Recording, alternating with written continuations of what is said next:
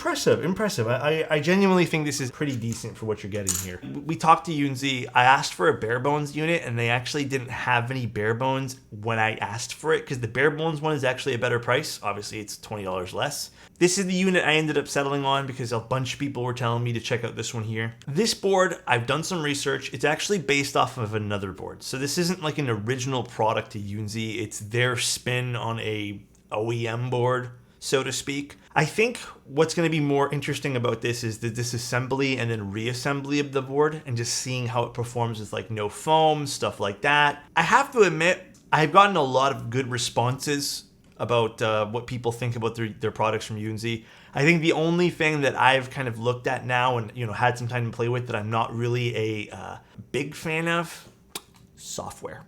Listen, I'm a big fan of VIA, all right? It's simple, it runs off the web, I don't need to install anything. So the software is not something that I probably would recommend to anyone if they're gonna pick up something like this. It's kind of sucky. I've mentioned software in a bunch of these pre-builds, and like when I even talked about the Razor board, and this is, I think, part of the experience about buying some of these products is sometimes the software. But when you really dive deep into some of the thought processes here, how often are you using the software? And that was a bit tough for me because I wasn't too sure. So I was like, okay, well, I'm probably using it once or twice to set up the board, and then if I need to change things down the road. How much of that is really important in the long term of the keyboard? And I think that's another question that I see a lot of reviewers talk a lot about, is just like the software experience. And I agree, it's important, but how important really is it? Like past the initial setup with these things, how important is it really? And I think that's a question that I'm still trying to figure out and go forward with, and it might actually shape my opinion going forward. It's just some of this like, okay, well, is it really that important in the long run? Is it really just more than set up and then set it and forget it type thing? So the board itself actually comes with some pretty decent keycaps. This is how the fully done keyboard comes. I have to admit, the colors aren't that bad. The keycaps are all right. They suffer from some of like the, I don't know, I feel like the control's not super centered, and they're not bad looking. Yeah, it's not like a bad looking keyboard at all. It has some cool RGB, which you guys will see. It has a place for the wireless dongle that's magnetic. That just slots in, or I don't know if it's magnetic or just kind of pressure fits inside there. So it has some interesting features here. It has wireless. I'm still, gonna be honest, I'm still not positive about my want or need for wireless in a keyboard. And I think that's also something I'm not personally struggling with, but I personally don't need it. So it's hard for me to review something that I'm never going to use. And then it has a Mac and Windows option, and it has your Bluetooth 2.4 and then just your wired connectivity dongle over here. The USB-C is not 100% centered there. It's kind of leaning more towards the top of the board, but forgivable. It does have some deeper holes to get to the screws. It has this stupid sticker over here, which I thought was ridiculous that they'd even stick this on the keyboard. I don't know why would they even do this for. Like, this is just ridiculous to me, in my opinion. I think this ruins the entire experience of the board. We'll take that off later. Warranty stickers are stupid. I hope that's not supposed to be something for warranty and just, yeah, I agree. It makes it look super cheap, and it's terrible to put that there. The ano on this, the silver coating on this, is pretty consistent and matches both top and bottom. It has this really big LED on the side. We are going to be tearing this thing down because it's just foamy right now. It's a standard wedge with this LED and then a seam that goes through the board. I don't mind how they tried to incorporate, hiding the seam with this big LED on the side, which we can plug in and show you guys. It's not terrible. I don't mind the way they did it. It looks good. The backlighting I'd like to turn off, so we're gonna go in and do that too. I just have to install the software on this computer. But it does look good from the side. It is a cool side profile, I have to admit. But not bad. Not bad at all. It looks cool. This is your standard foamy sound profile, which is not a bad thing. It sounds like the stab isn't 100% tuned. It also could just be these are PBT keycaps. Even the knob, I think, it feels cheap. I don't know why, it just feels like a cheap knob. But the rest of the board's not bad. The front height, actually, before I get into the switches, that I actually meant to measure with you guys on stream. I think this is, believe it or not, 20 and a half, 21. It's not perfect, but it is just bordering the line of that sweet spot of 20 being the tallest. I think my preference for front height is usually 18. But 18 to 21 is a decent front height. Anything higher than that just doesn't feel very comfortable. But overall, not bad. Now, the thing I will have to say here, the switches, they're calling them milk switches. The switches actually feel very, very good. And I will show you guys the switches here in a second. Whatever they did to the switches, like the pre-lube on them, they're not terrible switches. They did a pretty good job on these. They are 3-pin. I believe the board, we have to take it apart. I don't know if the board's 5-pin compatible. I haven't actually opened it up, but they're not bad switches to come with it. We're gonna open everything up right now though. So that means we have to rip off this sticker. And then the keycaps are decently thick. I would say this is your standard PBT. Decent thickness. The legends aren't terrible. I've seen better though for the legends. But overall, for what you get for the extra, like what, $18, it's not bad. Unless you're being like, you know, you really need to save the extra 18 bucks and you don't really want to go with the extra keycap set and switches, then yeah, definitely not worth it. But you can see there's plate mounted stabs there, which we're probably going to just leave. Believe it or not, guys, if you can mod plate mounted stabs, well, they're not terrible. These are indeed Phillips screws, by the way. So I wouldn't expect, you know, longevity out of some of these things. If you do open it up and tinker a lot, I can already tell you that these are cheap screws. You can usually tell when the bit doesn't really sit nice and starts to skip a little bit. I think this board is clearly not intended for tinkering. It probably isn't, and it sounds good stock. And if I guess that's maybe the question some people are wondering, like, does this sound good stock? Yeah, I mean, it sounds good stock, but I wonder what else you could do with it, because they do sell it as a bare bones kit, right? Now, do they want us to, well, let's just take this off first. Oh God, there is a lot of cables here, probably for batteries and stuff. I guess for this just pop off? Is there a screw somewhere I'm not seeing?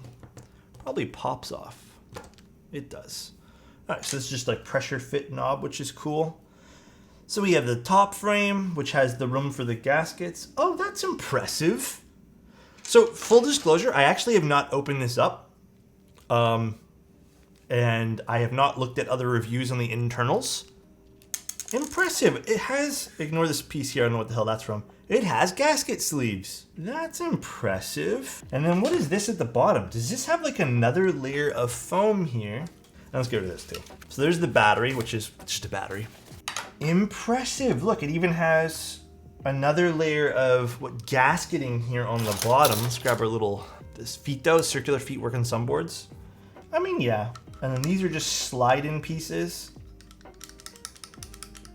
I don't know if this would cause some of that rattle too. This is kind of a stupid idea. I think they should put some tape on the end of this so it doesn't rattle around. But I don't think that matters once you actually put this on. So I think there's gonna be enough pressure that doesn't happen. And then we have a daughter board here. We can definitely mod this.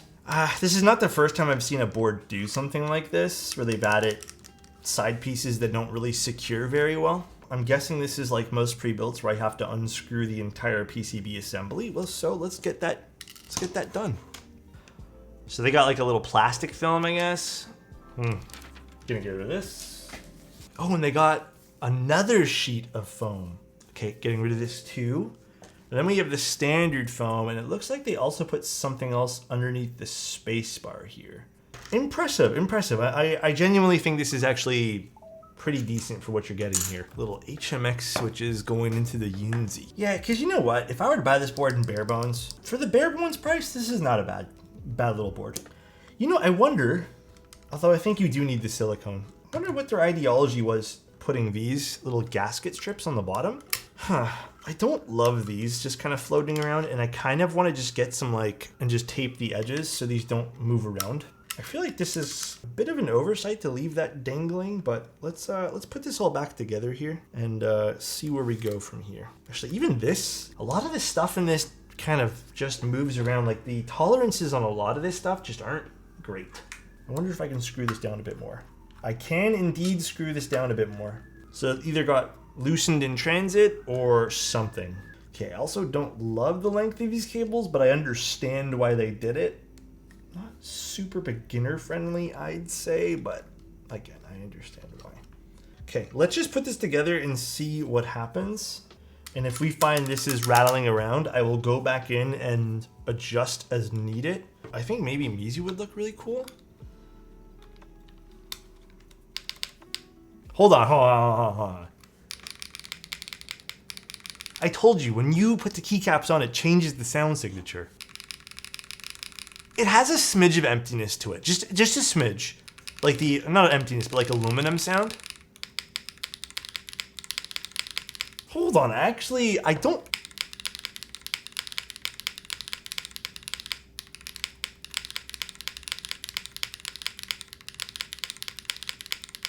So, okay, it has a bit of a metal sound. I really think that this particular model of keyboard, because of the way they did the mounting, and even the silicone little gaskets, which I think it's such a smart move on their part to allow people to kind of change the way their silicone gaskets are. So, genuinely impressive though. All right, let's do a few last change-ups here. This is also, I think, where'd it go now? This is stupid here, this little thing here. This might also cause some like unnecessary vibration. Ain't it half bad as I expected? Yeah, you know what? It's not that I had lower expectations. This might rattle now though. Hold on. Yeah, I don't think we can take off the side gaskets without these rattling. You know, I think removing this plastic bit, like the diffuser here, really took away some of that metallic-y weird sound profile. Let's screw this back together just from removing this one little plastic piece. Did removing that plastic piece do something to this? Oh man, did it do something? I can't even. Low-key sounds worse? Sounds thinner? Really? I think it sounds the same. Yeah, I think maybe it lowered the metallic-y sound. Maybe we put this back in. Super unique spacebar, I don't know how I feel about it. Put some foam on the bottom. That's my next thing, but I'm also gonna just change 2 switches here because I wanna see something as well as the spacebar. Yeah, I might put this back in. Wow, that sounds very different with these switches. This sounds noticeably deeper. I might use Polyfill actually. I don't think I'm gonna put a piece of foam down there. I think I might use. I think I prefer the HMX for this just because this board is using a thinner PCB. It's not really benefiting from the deeper switch. I think it's gonna benefit more from the louder switch. Just because again, we're not using the standard PCB here. It's a little thinner, I think, as well as has tons of flex cuts. So let's take this apart one more time and we're gonna put Polyfill as well as put back the little piece of plastic. Polyfill is going to be a little bit lighter in terms of sound signature when we put this in here. Like it won't heavily impact the sound, but it should help fill up some of the gaps with that fullness issue maybe we're having. You don't really need a lot of it either.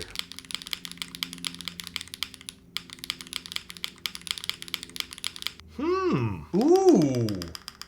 I think the top row is kind of lacking a little bit, but ooh, nice enter key here. Side's a little bit lacking too, but that could be attributed to not having a weight. Again, I appreciate all the stuff here, even the USB little, oh gosh, connector thing being kind of hidden away here in the back. Front height, a little too high for my liking. It's 21. I can sort of feel like, yeah, I can probably get used to this fairly easy because it's in that sweet spot still of like just being on the tippity top of what I normally like. Pretty simplistic. It has LEDs on the side. The software is where this thing really lacks, but again, as I mentioned at the beginning of stream, it really comes down to how much do you care about your software. And I think for me, my personal answer is the more I think about it, the more I could care less. The knob looks really cheap to me. I really have to admit, I could have done without this entire knob on the keyboard. The anodization is okay, like it's consistent. Not the best ano I've seen. This doesn't feel bad to me. You know, 85 bucks, bare bones. PCB wise, I would love to see them use just a regular schmegular, no, frills PCB instead of having one with all these flex cuts. They did a great job with the internal mounting system though. I actually like their implementation here. I would have not really expected a board like this to have gasket socks. And here's the gasket socks. As well as they have that extra padding underneath the gasket socks. So little diffusers here, this little piece of plastic, oddly enough, kind of gave some of the keyboards some life. But really past that, other than changing those things, which I think are pretty major things, I mean, even in its current configuration, though, it sounds like great. If you didn't tell me there was foam in here, I would have never guessed. Fun board, though. Fun. This Yunzii board was actually kind of cool. I'll take a look at more of these budget options, too. Entry level, whatever you want to call them. Really reminds me of what we started with the hobby, which was kind of like modding keyboards to our liking. So, really cool. All right, guys, enjoy 99 stream, and see you guys later. Love ya.